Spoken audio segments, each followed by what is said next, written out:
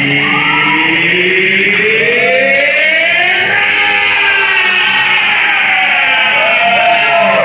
lado esquerdo, o desafiante, ele que está presente na maioria das tias. Vou começar a contar agora a história de José. José do Egito. Não gostaram disso, né? Quem não conhece a história ficou... Vamos lá, José do Egito. O vídeo passando. José era o filho mais novo de Jacó. Ah, só um detalhe. A mãe, a Sara, não podia ter filhos, né? Ela era estéril, a mãe de Isaac. José era o filho mais novo de Jacó. A mãe dele, Raquel, também era estéril. Eu lembrei disso porque eu li também era estéril. Também era estéril. E um belo dia, Deus foi lá e falou: tá bom, vai ter um filho, nasceu José. Certo? Resumindo bem a história. José, o trabalho de José, na casa do pai dele, era estudar. Quem quer esse trabalho? Trabalho fácil, né? Não, o único trabalho dele era estudar. Ele não tinha que fazer força, né? Oi? Pedi para ela, me ajuda a complementar as coisas. Eu acabei de falar estudar. O que ela fala? Estudar. Já falei isso. Presta atenção. Não vale estudar, fala outra coisa. Então o trabalho dele era estudar. Alguém tem dúvida do trabalho dele estudar?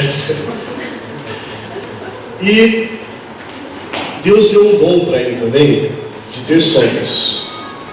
Ele tinha sonhos e, cara, quem nunca teve um sonho legal, né? Eu já tive vários sonhos. Aquele sonho que eu te falei que eu voava, eu contava para minha mãe e ela falava assim: Luiz, põe no lugar de nada. Fala assim, Deus te abençoe. Mas assim, eu sempre contei os meus sonhos, né? Eu ia lá, conta. Ah, mas eu sonhei. Oi? A Sueli deu um sonho, na verdade. Ela tem uns sonhos ligados. E por que pareça, acontece depois. Ela sonhou que eu tinha cabelo. Eu não entendi por que nasceu 3 fios aqui, ó. Larissa. Eu tiro, eu tenho que tirar. Ele me incomoda. Você sonhar, sonha cabelo. Mas o que José fez? Teve um sonho e contou para os irmãos e para o pai. O trabalho dos irmãos era lá, ir no pasto, né? Era na colheita, era trabalho mão de obra, né? Eu não vou falar peão, mas falei peão. Então eu falei peão. Era um trabalho pesado, de peão, certo? Braçal. Tá vendo? É isso que eu quero. Vai falar uma coisa, né? É isso aí. Você imagina, você tem um irmão mais novo, o trabalho dele é estudar, e você só faz esforço, você só se lasca. Aí o cara vem e tem sonho. Ah, ele tem um sonho. E daí te conta o sonho. Os irmãos ficaram irados, ficaram bem na vida com ele. Resolveram então dar um fim em José. Resumindo mais a história, acabaram vendendo José como escravo para o Egito. José foi parar na casa de Potifar. Potifar era como se fosse o chefe da guarda, o capitão do planeta, o capitão da polícia, né?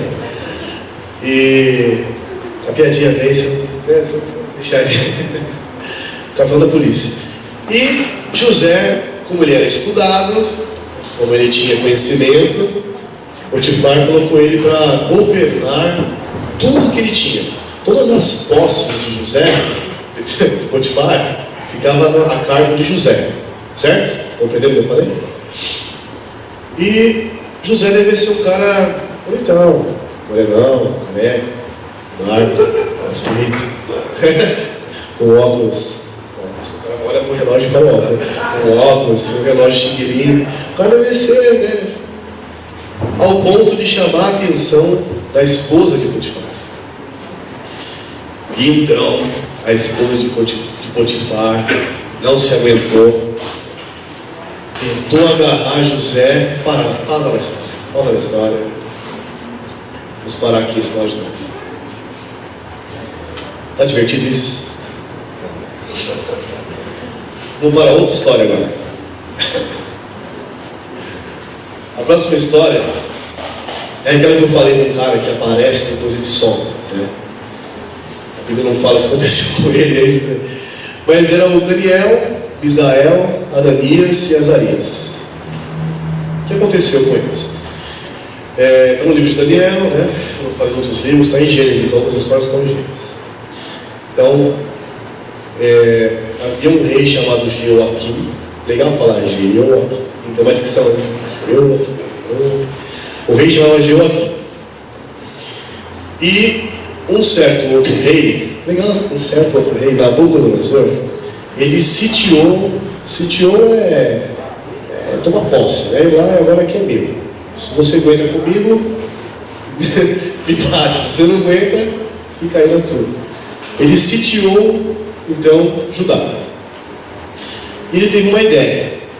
Ao invés de ele destruir as cabeças pensantes do povo, né, os caras mais inteligentes, ele falou assim: vou pegar esses caras e trazer junto comigo, né? Eu roubo a sabedoria deles, né? Eu já vou ficar na par da situação. Então ele falou pro o serviçal dele lá, o eunuco: pega os caras mais belos, mais inteligentes e traga para ficar aqui comigo. Eles vão passar um período de 3 anos em estágio, né? Em trainee. Tá certo a pronúncia? Trainee. E eles vão ter que aprender. Eles vão ter que aprender sobre nós, sobre nossa cultura, para então tomar as posições deles depois. Que eu não sei muito entender ainda. Mas é o seguinte, então eles vão ficar treinando aqui com a gente. Aí, Daniel, tem que falar toda vez, Daniel, Misael, Ananias e Azarias, eles decidiram não fazer parte da mesma alimentação que seria servido para todos os outros que vieram. Não veio só esses caras, veio mais gente, né? Veio uma galerinha. Mas a Bíblia destaca esses caras aqui que tiveram essa iniciativa. Eu não vou misturar com a alimentação que vai ser servida aqui. Porque o rei falou assim: olha, sirva eles com o que o rei come. Tudo que eu como aqui e bebo, quero que você dê para eles. Então, paizão, né? Quero comer paizão, lebre, sei lá, né? Mamute, mas tudo que era do bom, assim, né? Aquela comida chique, e todo mundo ia comer. Só que esses 4, eu já falei o nome várias vezes, você não decora para conhecer, você lê lá no decoro, que é um saco falar dele. Eles resolveram assim: eu não quero comer isso, eu quero que você me dê verduras e água, certo? Uma alimentação balanceada para aqueles que querem fazer o regime, né? Legumes e água. Então, teve um enrosco lá que não queria valer isso, né? Teve que pedir uma ordem direta na empresa, né? Uma requisição para isso, e acabaram acertando lá que podia ser feito dessa forma. Aí, o rei teve um sonho, Nabucodonosor. Eu quero tentar falar Nabucodonosor de trás para frente, acho difícil ainda. Nabucodonosor. E Daniel interpretou o sonho. Falava sobre uma estátua bonitinha, que tinha vários tipos de materiais na estátua, né? Passou um tempinho, aí é o momento que Daniel some da história. Ele sumiu da história, acho que ele foi fazer uma viagem de intercâmbio, alguma coisa aconteceu com ele, ele sumiu da história. E o rei falou o seguinte: oi? A dengue na época, a dengue já vem egípcia, né? Ele ficou de cama, né? Os caras começaram a inventar uma história. Mas vamos lá que está começando a ficar chato. O pessoal já começa a parar de rir da piada, você percebe que não está tão legal, expectativa muda. O que acontece? O rei pegou e falou o seguinte: aquela estátua lá do sonho é legal, vou fazer uma estátua aqui, né? E mandou fazer a estátua, e fez a estátua. E fez um decreto que toda vez que tocasse alguns instrumentos, se você ler a história, ele repete os instrumentos umas 4 vezes, assim. Eu já entendi que é harpa, sino, né, campainha. Então, quando tocasse os instrumentos, Todos deveriam se prostrar diante da estátua, certo? Então foi lá, tocou o instrumento, né? E pausa na história.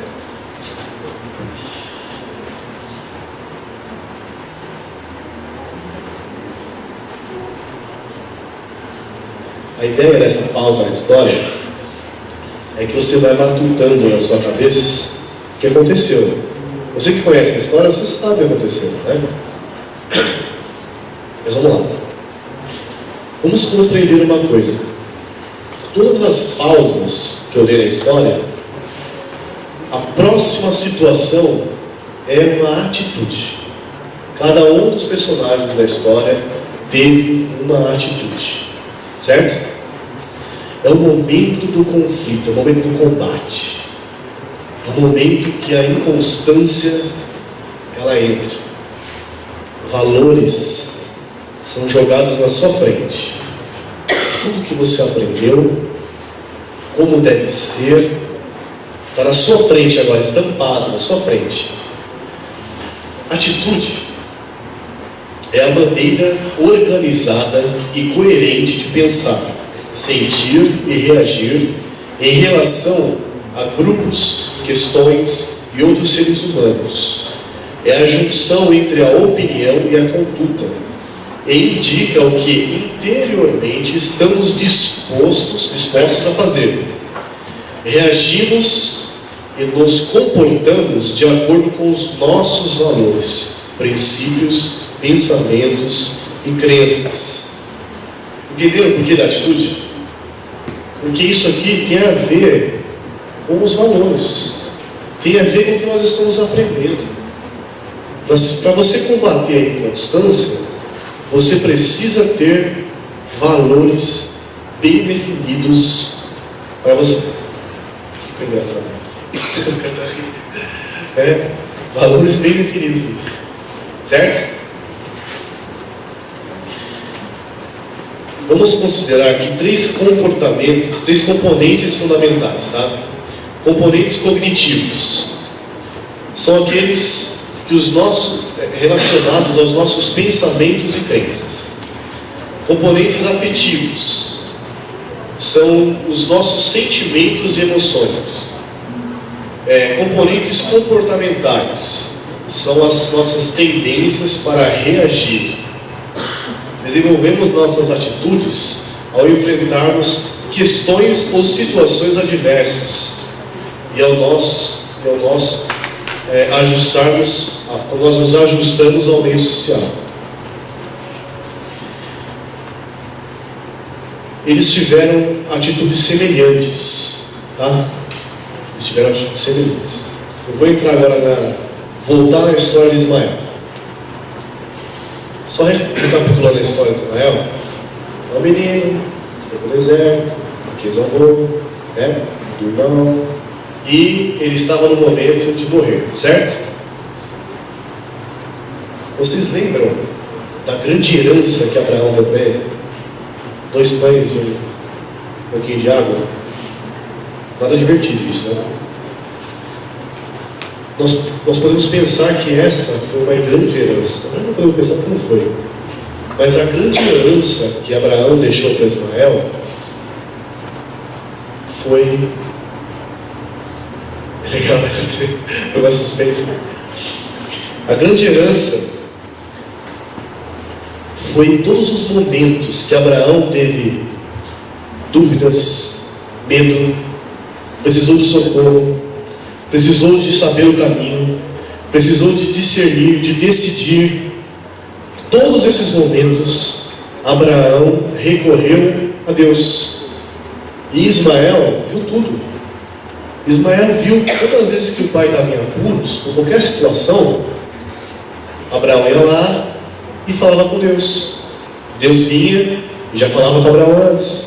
Ou seja, ele entendeu que falar com Deus é um valor. Então o que o menino fez lá debaixo da árvore? Ele orou. Como é que ele combateu a inconstância? Manter-se nos mesmos valores do pai. Ele orou e falou com Deus da forma que ele sempre aprendeu e viu o pai fazendo. Orou, chorou. Falou, Deus, ó, tô aqui, cara. Tô aqui, desesperado. Eu vou morrer. Minha mãe saiu daqui, eu não sei porquê. Ela foi pra longe. Me deixou aqui. Tem um guidu olhando pra mim. Fazendo assim. Aquele urubu ali, ó. O que eu faço com ele? Tô lascado, cara. Deus ouviu a oração de Ismael e fez brotar um poço de água no meio do deserto. Legal, né? Vamos para a história de José do Egito. A história de José do Egito, de novo. Nós paramos no momento em que a esposa de Potifar não resistiu aos encantos de José, garoto do interior, falava por quê? Inocente, e tentou agarrar o meninão. O que José fez? É um termo que a Suelen colocou, deixa bem claro, se você não viu, foi ela. Ele fez isso aqui, sebo na canela. Sebo na canela é sair correndo, sabe? Ele correu, ele fugiu. Ó, pra você ter uma ideia, a roupa dele ficou na mão dela. Então o cara fugiu mesmo. Eu já vi uns golpes de crime de luta, o cara tira a blusa, só que quando o cara tira a blusa, ele vai lá e envolve, né? Mas tudo bem. Ele saiu correndo, ele fugiu, né? Ele andou. Eu quis salientar colocar esse cara na nossa história aqui, porque é um problema muito comum entre nós. Não só jovens, mas qualquer idade. É um problema comum de nós enfrentarmos momentos de tentação, né? E tem aquela grande frase, né? É frase, né? Não é porque eu estou de regime que eu não posso olhar o cardápio, né? Isso não existe, tá, irmão? Não pode, né? E pensa como é que foi na cabeça dele. Pô, só um beijinho, né? Não é nada, né? Um beijinho. Tá vendo? O beijinho não dói, né? Poxa, não, saiu correndo, fugiu. Né? Essa é uma atitude legal para nós termos. Tem pessoa que quer te conhecer. Na minha época era assim, não que eu seja velho, eu tenho 30 anos. Mas na escola, não quer te conhecer. Não era assim que funcionava. Vamos para a história então agora. Oi?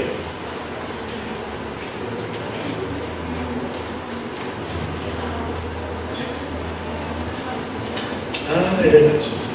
O pastor Eros, ele usou uma frase no domingo passado que é o seguinte, que a tentação é a proximidade da possibilidade.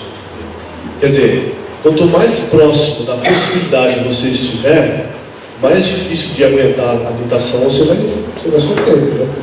Não se aproxime. Cara, não chega perto, né? Se você, como que você pode ser mordido por uma cobra, por um leão?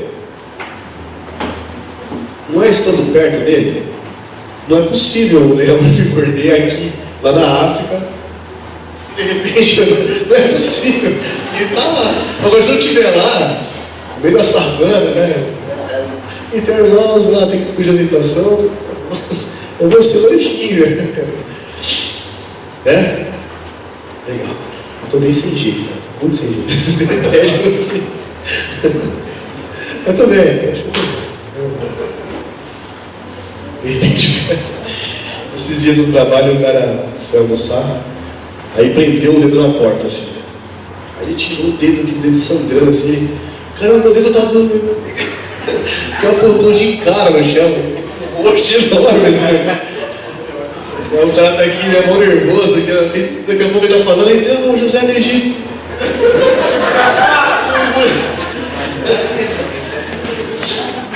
Ainda bem que tem umas pessoas que mexem com medicina. Vou tapar na cara dele. Foi assim que acordamos assim, inclusive. Plá! Vamos lá. Então, os três amigos agora. Misael, Ananias e Azarias.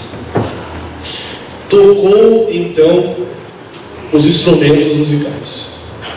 A ordem era que quando tocasse, devíamos nos prostrar diante da estátua. Sabe o que eles fizeram? Eles não se prostraram. Eu faço o que eu fiz assim.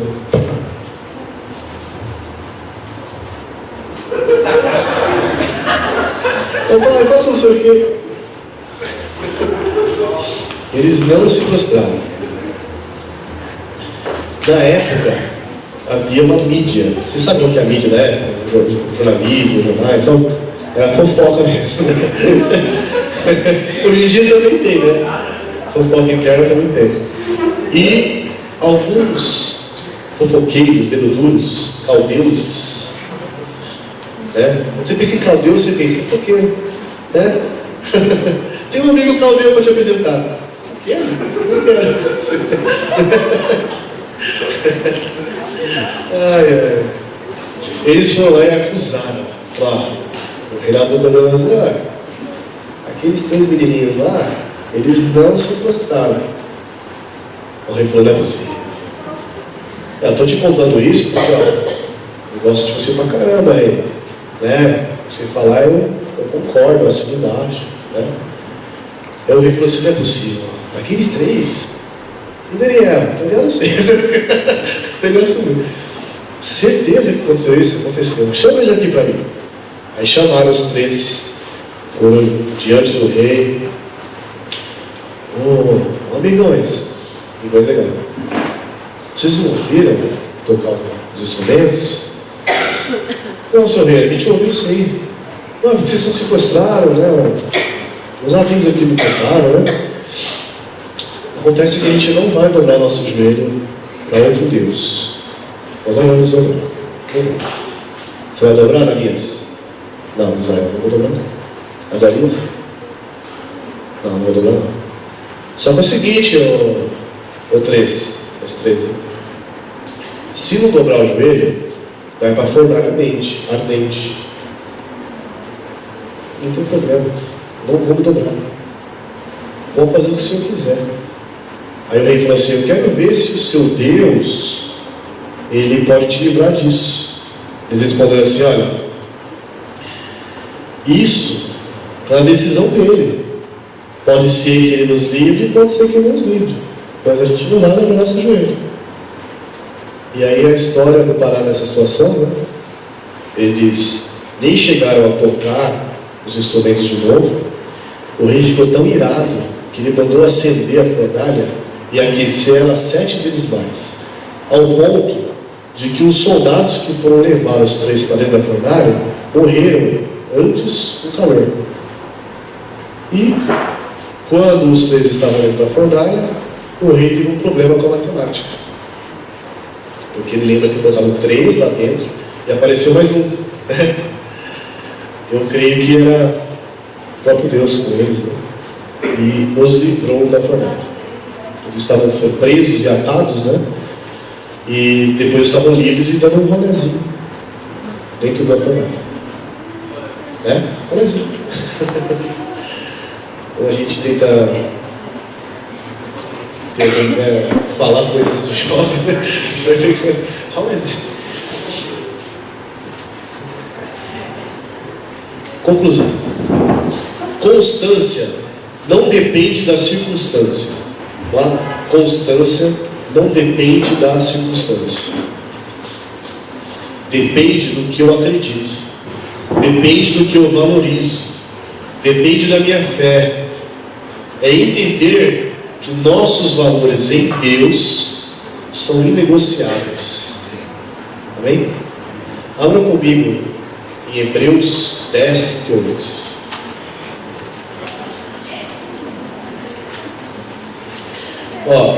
Hebreus está antes de Tiago. Hebreus 10, 38.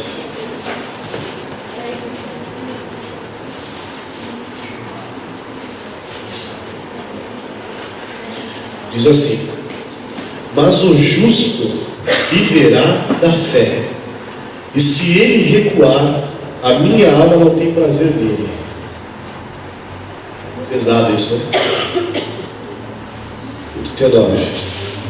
Nós, porém, não somos daqueles que se retiram para a perdição, mas daqueles que creem para a conservação da alma.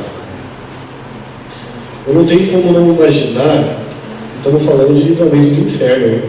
Livramento do mal mesmo, né? Eu não vou imaginar isso. Se você abrir mão dos seus valores, se a inconstância não te vencer, não tem como você se manter firme, não tem como você ser justo, né?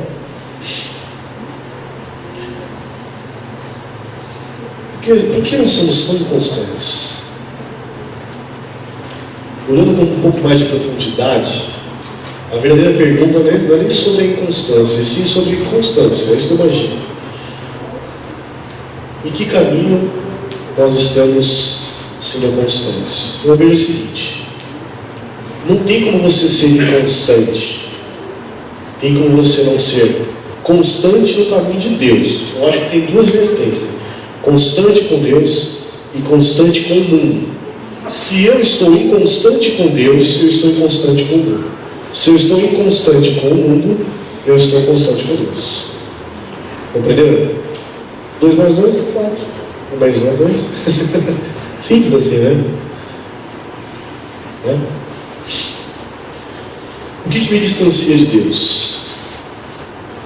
As práticas do mundo, o formato que o mundo espera de nós.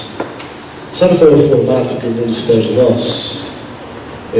Sem limites. O mundo espera que você não tenha limites. Modas, cada vez mais modas diferentes, não falo de roupa em si, mas modinhas, para que quebrem todos aqueles valores que até os próprios antigos tinham, sabe?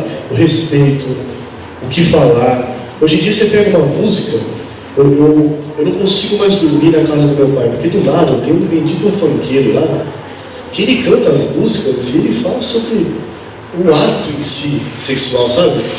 Fala dos órgãos, ele faz uma coisa.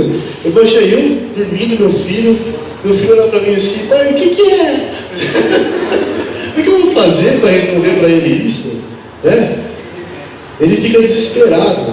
Meu filho, esse dia minha esposa dormiu com ele lá na casa do meu pai. Eu disse: mãe, pelo amor de Deus, eu aguento mais esse som.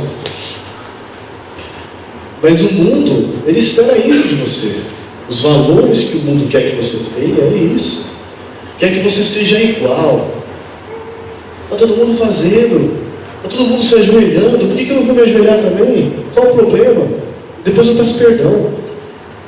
Quem já não pensou assim? Eu mesmo. Daqui a pouquinho esmoreci. Ah não, mas depois a próxima pregação foi sobre desejos sexuais. E aí não, agora eu vou. Agora o Clebão me ensinou e eu conversei. Não, agora ninguém me pega. Agora o diabo pode fazer o que quiser, que você não me pega. Madrugada dentro não me viu. Eu estou de Deus agora. Legal. Muito boa determinação. O problema é que os dias vão passando, a internet vai te chamando e os seus valores vão começando a se colocar em xeque. E rapidamente você, todo aquele desejo de acertar, foi pro vinagre. Você voltou às práticas do mundo. Não diga amém, você tem essa experiência que a maioria de vocês. Ah não, agora vamos pro próximo. Agora o Henrique me ensinou. A palavra de Deus diz, a palavra de Deus é o conselho dele, que eu devo honrar o meu pai. Não, agora sim. Agora eu determino isso, que eu vou honrar meu pai. Eu vou lavar a louça em casa com a minha mãe. Eu vou limpar o cocô do cachorro e não vou reclamar, porque eu vou honrar meu pai. Fantástico. Eu acho que no domingo, depois da pregação, a galera estava limpa, estava um corchoco. Os pais falaram: o que aconteceu de seus pais? O que aconteceu com você? O que pregaram na igreja? Aí o Jorge respondeu: da onde que veio isso que estão falando na igreja? Jorginho Saad mandou um recado de amor. O problema é, segunda-feira estava aí, você acordou virado. na terça, na quarta. E aquele desejo de valores de você pôr em prática o amor aos seus pais foi indo embora. E você acaba se tornando um inconstante. Aquele desejo inicial foi indo embora. E a mesma coisa aconteceu com as outras pregações. E veio com a preguiça, não acordar, agora começa a acordar 5h30 da manhã para ler a Bíblia. Quantos aqui pensaram nisso? E não conseguiram acordar nem um dia, nem meia, até 5 minutos mais cedo. Por quê? Coração dobre, inconstante. E a mesma situação foi depois.